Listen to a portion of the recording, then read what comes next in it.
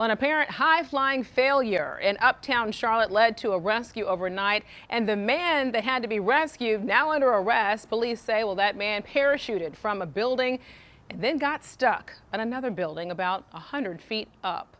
Oh, that man wasn't injured. That's the good news. But right after he was rescued, police say they booked him on a trespassing charge. Queen City News anchor Derek Dellinger has been gathering details on what exactly happened all day today. So you're live in Uptown right now, Derek. So this rescue operation in total to get him down, it took about an hour, right? Yes, it did. From the initial call, which this parachutist reportedly made himself to the rescue itself, bringing that man down. Now, authorities say at the very least this was not a good idea, but it was something that they say that was definitely unique.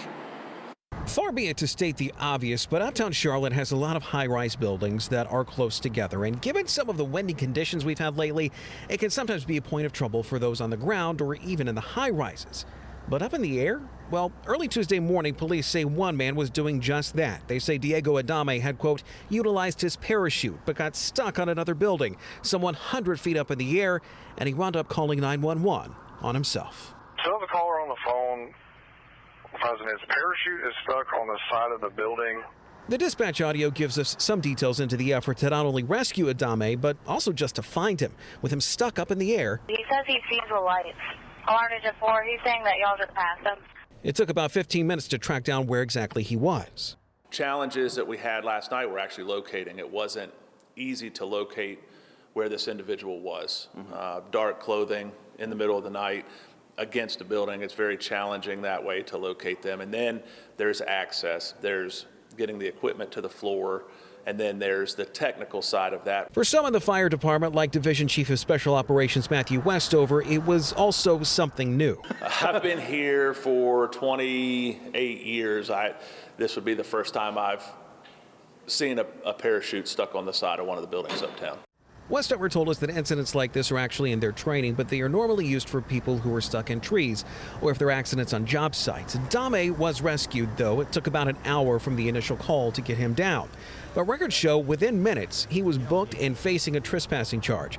Adame's social media shows he has a love of parachuting and base jumping. We went by his home. Someone was inside and closed the blinds, but no one came to the door. Firefighters tell us that what Adame is accused of, though, is high risk, and the rescues themselves, if they do happen, are often a lot of work.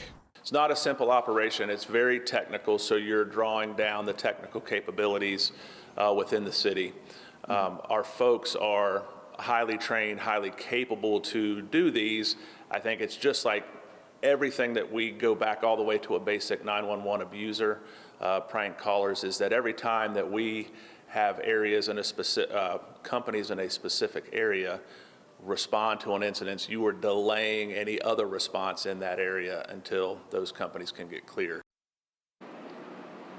Now, we should mention that we did try to reach out to Adame in a couple of ways, but we did not get a response. We also tried reaching out to Museum Tower as well, since everything was kind of centered around there overnight, to see if they had any comment on what happened.